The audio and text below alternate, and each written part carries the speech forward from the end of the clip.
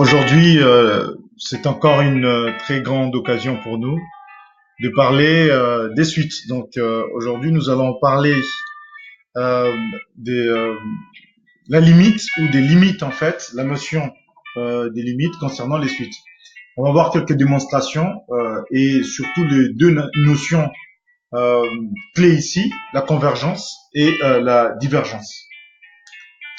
Voilà, donc les deux notions clés, ça nous aidera ici pour avancer.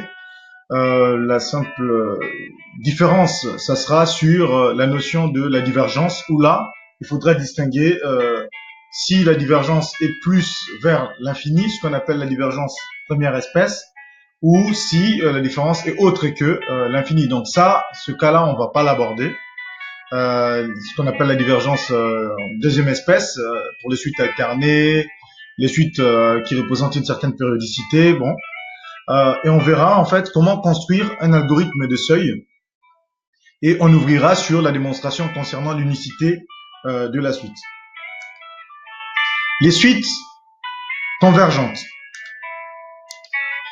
Donc on va commencer par cette activité, une activité claire ici qui permettra en fait de se mettre en situation. Soit UN, la suite définie par UN égale à 1 plus 1 sur N plus 1. K étant un entier naturel quelconque, montrer ici que l'on peut trouver N, un entier tel que la suite UN puisse être compris ici entre 1 moins 10 puissance moins K et 1 plus 10 puissance moins K. Et de là, on pourra déduire la convergence, en l'occurrence, vers 1. Donc, examinons ce cas ici. On pouvait faire pause et tenter de réfléchir. La proposition ici, c'est de considérer quoi? Donc, c'est de considérer ici que ma suite UN, qui est définie telle que c'est défini, je l'encadre par 1 moins 10 puissance moins K et 1 plus 10 puissance moins K. Je vais poser ici que epsilon, c'est 10 puissance moins K. Donc, en l'occurrence, cet epsilon-là est strictement positif. Donc, je peux écrire que UN est compris entre 1 moins epsilon et 1 plus epsilon. Donc, ayant cette forme, donc je peux du coup dire que UN moins 1 est compris entre moins epsilon et epsilon. C'est-à-dire qu'à partir d'un certain rang, epsilon aussi petit que je veux, hein, parce que c'est sous forme de 10 puissance moins K. Imaginez-vous 10 puissance moins 10, par exemple. Donc, ça sera 0,0090, ensuite 1. Donc, si je peux majorer à partir d'un certain rang en valeur absolue UN moins 1, là va donc venir notre conclusion. Il faudra déduire ici que UN tend bel et bien vers 1. Voilà. Donc, concernant les limites finies ou les limites infinies ici, pour les suites convergentes et divergentes, ici, on est dans le cas donc de suites plutôt convergentes. Donc, mettons carrément suite convergente. Donc, comment on va définir ici? Donc, une suite UN est convergente vers le réel L, donc sa limite L, si tout intervalle ouvert contenant L contient tous les termes de la suite à partir d'un certain nombre. Donc, ici, si ça converge vers L, tout intervalle ouvert, donc L plus epsilon, L moins epsilon, va contenir, à partir d'un certain rang, par exemple à partir de ces rangs-ci, j'ai tout. Voilà, ma suite ne va plus sortir de cet intervalle-là, etc. J'aurais pu ouvrir mon intervalle et donc là, avoir un M0 qui sera différent. Donc, on peut aussi formuler ça en d'autres termes en disant que UN va converger vers L s'il existe un réel L, donc il existe L appartenant à R, tel que pour tout epsilon strictement supérieur à 0, il existe un entier ici naturel N0 appartenant à l'ensemble des entiers naturels, tel que UN moins L soit majoré par epsilon aussi petit que je veux. Donc le nombre réel L est appelé alors la limite de la suite UN lorsque n tend vers plus l'infini. Donc limite de UN quand n tend vers plus l'infini égale à L. Remarque, si une suite UN ne converge pas, alors elle diverge. Suite divergente. Donc ici, on regarde un petit peu le comportement pour n grand.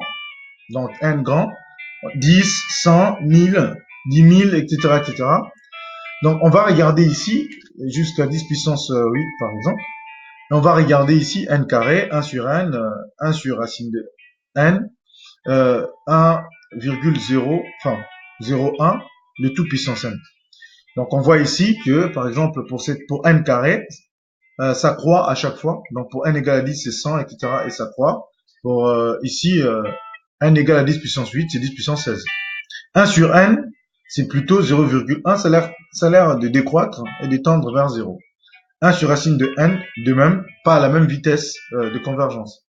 Ici, ça a tendance également à augmenter, tout à fait, ce n'est pas à la même vitesse ça ne converge pas, en tout cas, ça ne diverge pas ici à la même vitesse que, par exemple, n carré. Voilà, il y a une différence ici sur la vitesse de convergence ou la vitesse ici de divergence. Donc, la première question qu'on nous pose ici, c'est déterminer un indice, donc le rang M0, tel que UN strictement supérieur à 1000 pour tout entier N strictement supérieur à M0. Donc on cherche un rang à partir duquel la suite UN égale à N carré va dépasser 1000. Je vous laisse le temps de réfléchir. Vous pouvez appuyer sur le bouton pause. La proposition ici, ça sera de simplement remplacer UN par son expression. Donc UN strictement supérieur à 1000, ça veut dire que N carré strictement supérieur à 1000. Et ici, on va composer par la fonction racine de part et d'autre. Comme la fonction racine est strictement croissante, ça va conserver l'inégalité ici. Et nous avons donc N strictement supérieur à environ 31,6 pour satisfaire UN strictement supérieur à 1000. Or, N strictement supérieur à 31,6, N égale 32 convient. Voilà. Ici, j'aimerais introduire un petit peu la fonction partie entière, puisqu'on en aura besoin. Donc, pour cela, il suffit simplement d'aller ici sur GeoGebra. Et sur GeoGebra, écrire par exemple f de x ici. Donc, on tape f de x égale à flow. Voilà. Flow. Vous voyez, flow x. Et là, on obtient ici donc notre fonction partie entière. Voilà, sur GeoGebra. Donc, vous avez la fonction partie entière hein, qui est définie là. Donc, on constate que entre 0 compris et 1 non compris, donc la fonction vaut 0. Entre 1 compris, 2 non compris, la fonction vaut 1, etc. On obtient voilà cet escalier là. Donc, pour revenir à notre étude ici, donc je vais introduire ici cette fonction partie entière qui se note soit grand E, mais aussi cette notation qui convient. Voilà, c'est même ce que nous avons pu observer ici sur GeoGebra. Regardez la notation naturelle sur GeoGebra ici.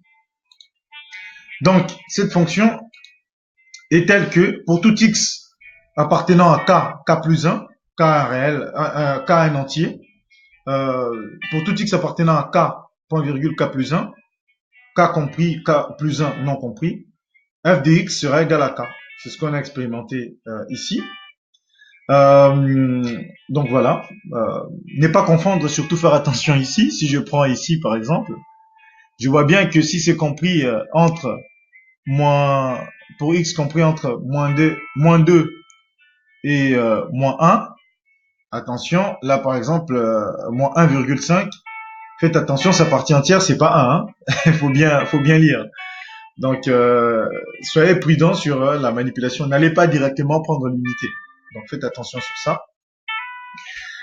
Donc, pour la suite, ça va nous servir sur la notation ici. Je demande de déterminer un indice, donc le rang, NA, tel que UN soit strictement supérieur à 10 puissance 12 ici, dès que N va dépasser NA.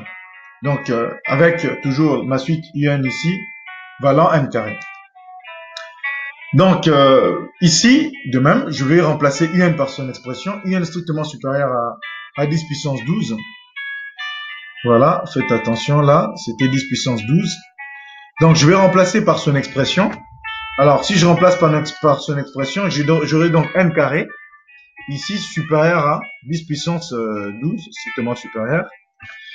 Donc, si c'est strictement supérieur, qu'est-ce qui va se passer à ces stades-là? N carré strictement supérieur à 10 puissance 12, donc n strictement supérieur à racine de 10 puissance 12, ce qui est égal à 10 puissance 6. Donc, le rang, à partir du rang n0, on peut dire n1 ici, à partir du rang n1 par exemple, égal à 10 puissance 6 plus 1, je peux satisfaire ce que je cherche ici. Voilà, comme rang. Donc ici, n1, c'est ce que je trouvais là. Donc ici, je peux l'appeler ce que je veux. Je peux l'appeler là, soit je prends ici par exemple n inférieur ou égal pour pouvoir avoir l'expression que je veux là avec n1. Donc je suis libre hein, de notation. Également ici, on demande à l'aide de la définition montrant que un la suite un ici donc va diverger. Montrant que la suite un diverge ici vers plus l'infini. Donc, comment démontrer cela? Donc, la suite un toujours égale à n carré. Prenez le temps de chercher. Donc, j'ai eu déjà expérimenté avec quelques cas ici, en montrant que non, peu importe ce que je choisissais, que ce soit 10 puissance, que ce soit 1000 ou 10 puissance 6, je trouvais toujours un moyen, un rang à partir duquel ça dépassait. Que la suite pouvait dépasser n'importe quel nombre aussi grand que je veux. Donc, expérimentant cela, je vais essayer de formaliser ça. Donc, ici, je dis, dans l'hypothèse de la divergence ici vers plus l'infini, pour être plus précis, on veut montrer que A, aussi grand que je veux, je peux prendre un entier réel strictement positif aussi grand que je veux, je trouverai toujours un rang à partir duquel n, donc dépassant ce rang-là, je tomberai sur quelque chose d'ici de strictement ici donc supérieur à A. Donc ici j'aurais pu noter bien sûr inférieur ou égal par exemple pour NA. Donc ici là, si je veux avoir cette expression là, qu'est-ce qui va se passer? Ici donc je vais résoudre mon inéquation et arriver à ce résultat là que non, à partir de n en fait, à partir du rang n égale à partie entière de racine de a, donc puisque ici j'ai donc un égale à n carré strictement supérieur à a, n carré strictement supérieur à a, donc je compose par la fonction racine de part et d'autre, j'arrive à ce résultat là. Or racine de a c'est pas obligatoirement un entier, donc si c'est pas un entier je peux prendre sa partie entière plus 1 et dire qu'à partir de ces rangs là ça convient. Complément des définitions, sur la divergence ici, en fait, la suite, ce qui va m'intéresser dans la divergence, c'est de prendre des intervalles du type a plus l'infini et dire qu'à partir d'un certain rang, cet intervalle-là va contenir tous les termes de ma suite. La divergence ici de première espèce, c'est vers plus l'infini, hein, donc je prends a aussi grand que je veux, donc je trouverai toujours un rang. Hein, donc si pour tout réel a strictement positif, il va exister toujours un rang à partir duquel, quand je vais dépasser ce rang-là, eh bien, un va dépasser a aussi grand que je veux. C'est là que vient la divergence vers plus l'infini.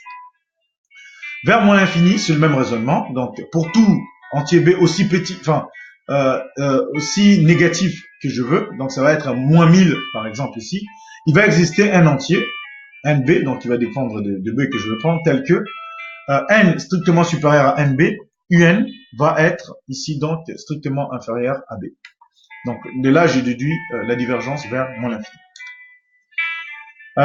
Une suite un qui diverge vers moins l'infini aura d'autres propriétés. Si vous êtes plus à l'aise avec la démonstration concernant plus l'infini, vous avez tout à fait le droit de prendre moins un, de vous intéresser à la suite ici donc moins un et de regarder ici si cette suite moins un va diverger ici vers plus l'infini et de mener l'étude ici avec l'opposé. Propriétés et applications. Propriété. Les suites de termes générales 1 sur n, 1 sur n carré, 1 sur racine de n sont des suites convergentes et leur limite est 0. Bien évidemment, les suites constantes convergent également vers la constante en question. Les suites de termes générales n carré, racine de n, ou d'une façon générale n puissance alpha strictement positif, sont divergentes et leur limite est plus l'infini. Donc, je vous propose ici un exercice donc, de démontrer la convergence de la suite de termes générales un égale à 1 sur n. Interrogeons-nous déjà sur la méthode, comment je vais procéder. Prenez le temps, prenez votre temps. Donc, il s'agira déjà de vous intéresser à la limite de cette suite, premièrement. Ensuite, préciser dans quel cas nous sommes. Est-ce la convergence ou la divergence? Bien sûr, la divergence, ici par exemple, de première espèce.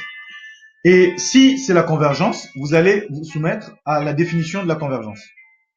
Donc, si c'est la divergence, vous allez vous soumettre à la définition de la divergence. Et à partir de là, trouver le rang, comme nous l'avions fait précédemment. Donc ici, la limite tend vers 0. Donc, comme la limite tend vers 0, je vais préciser dans quel cas je suis. Bah, ici, je suis dans le cas de la convergence vers 0. Donc, si je suis dans le cas de la convergence vers 0, qu'est-ce qui va se passer ici? Donc, on va utiliser la définition de la convergence. Pour tout epsilon strictement positif, il existe un rang à partir duquel la suite un va être compris entre L moins epsilon et L plus epsilon. Dans ma recherche du rang, donc par encadrement, ici, je veux réutiliser cet encadrement-là, ce qu'on appelle l'intervalle moins epsilon et epsilon, parce qu'ici, L vaut 0, donc j'ai un compris entre moins epsilon et plus epsilon. Voilà. Je vais m'intéresser à la partie gauche, par exemple, donc 1 sur n, la suite, est compris entre 0 et epsilon. Et du coup, ici, si je vais trouver le rang, donc n à partir duquel, je vais composer par la fonction inverse. Donc j'aurai n strictement supérieur à 1 sur epsilon. Voilà, donc à partir de ce rang-là, je peux satisfaire ces exigences-là et dire que ma suite ici donc va converger. Donc l'interprétation de la notion de la convergence, c'est simplement à prendre ici comme tout intervalle qui sera centré sur L de demi-longueur epsilon. Il va exister un rang à partir duquel tous les termes seront compris dans cet intervalle-là. Donc c'est vraiment une interprétation très souple ici. Hein. Maintenant, on va s'intéresser à l'algorithme de détermination de seuil à partir duquel UN va dépasser 1. Alors pour cet algorithme, partons sur un programme, par exemple sur ici Texas Instruments Smart View. Sur Texas Instruments ici, j'ai écrit mon algorithme, je vais l'expliquer un petit peu. Donc, comme d'habitude, vous vous souvenez ce qu'il faut faire, hein, vous irez dans Programme, voilà, et dans Programme, bah, vous allez choisir, en général, ça va vous dire est-ce que vous voulez éditer le programme, etc. etc. Bon. Ici, moi, je veux juste rentrer dans mon programme. Voilà, j'ai mon programme ici. J'ai défini le premier terme, hein, donc ici. Donc, on va dire, on a donc le premier terme. Et ici, j'ai l'indice du premier terme. Et je dis que tant que la suite n'a pas dépassé le seuil, calculez, allez au pas suivant, donc n plus 1. Et ici, bah, ça dépend de la définition de ma suite. Si ma suite c'est QU plus R, voilà, j'ai pris une suite arithmético-géométrique. Voilà, bah, je veux l'appliquer. Et j'ai mis fin à ma boucle while, ma boucle tant que, et ici afficher n. Donc ça peut être, voilà, saisir A, le seuil, U prend la valeur bah, U0 au départ, n prend la valeur 0. Voilà, vous choisissez votre indice de départ. Tant que U est strictement inférieur à A, le seuil, n prend la valeur n plus 1, et U prend la valeur bah, selon la définition de la suite. Et ensuite, fin tant que, et vous affichez n. Ici, pour afficher sur Texas Instruments, c'est display, voilà, affiché. Et vous pourriez exécuter votre programme. Donc, c'était ça, en fait, l'algorithme de seuil. Et si vous voulez poursuivre sur cet algorithme, prenons par exemple ici UN, une suite qui est égale à 40 fois 10 puissance fois 40 fois 1,1 puissance n moins 10. I0 égale à 30, on réfléchit en millions, donc là c'est 40 millions fois ça, etc., moins 10 millions. Programmer un algorithme permettant de savoir au bout de combien d'années cette suite, l'année n, hein, cette suite, donc cette quantité dépassera 150, en l'occurrence millions. Donc là, je reviens sur mon programme. Voilà, je vais revenir clairement ici sur mon programme. Et qu'est-ce que je veux faire? Je vais remplacer par les termes concernés.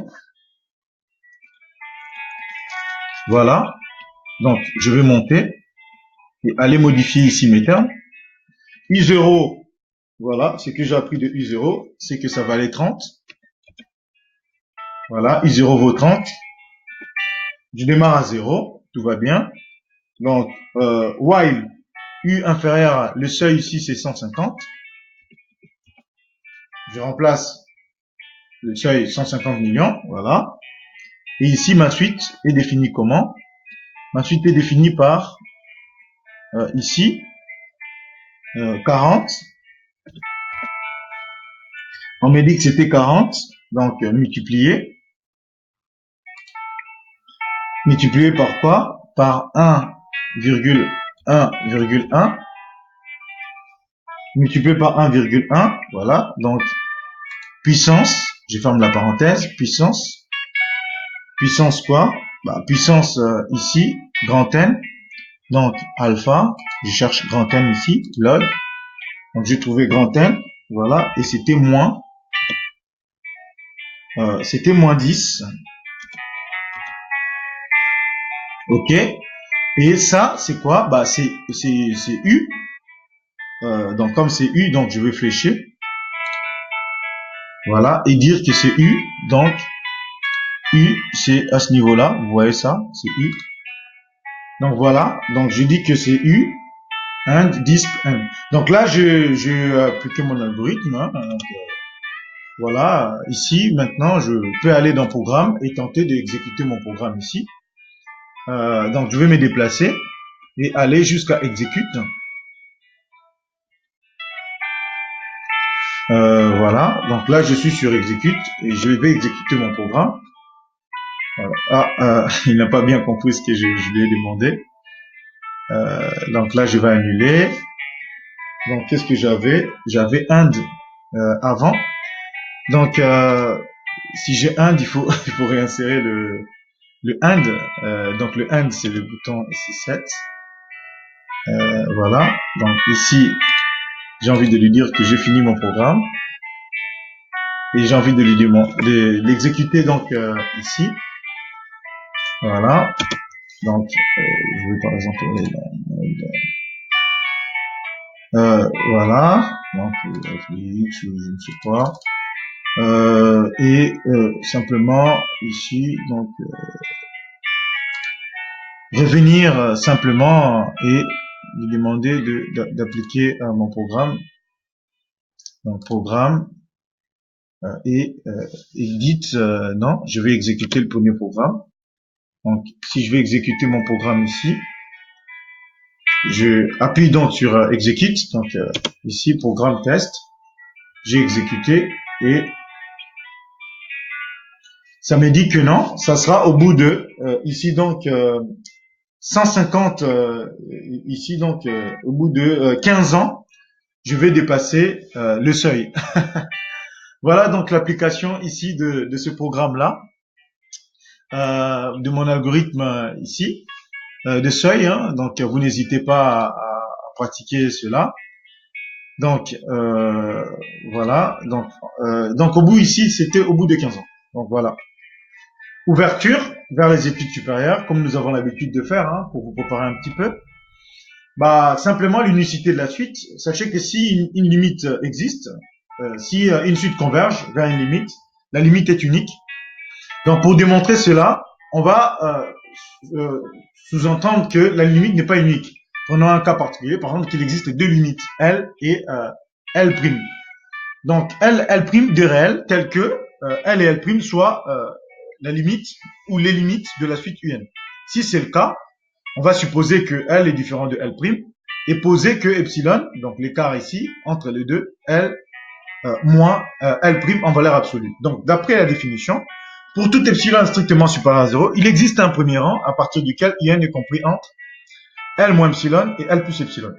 De même, il va exister un rang tel que UN soit encore compris entre L' moins epsilon et L' plus epsilon.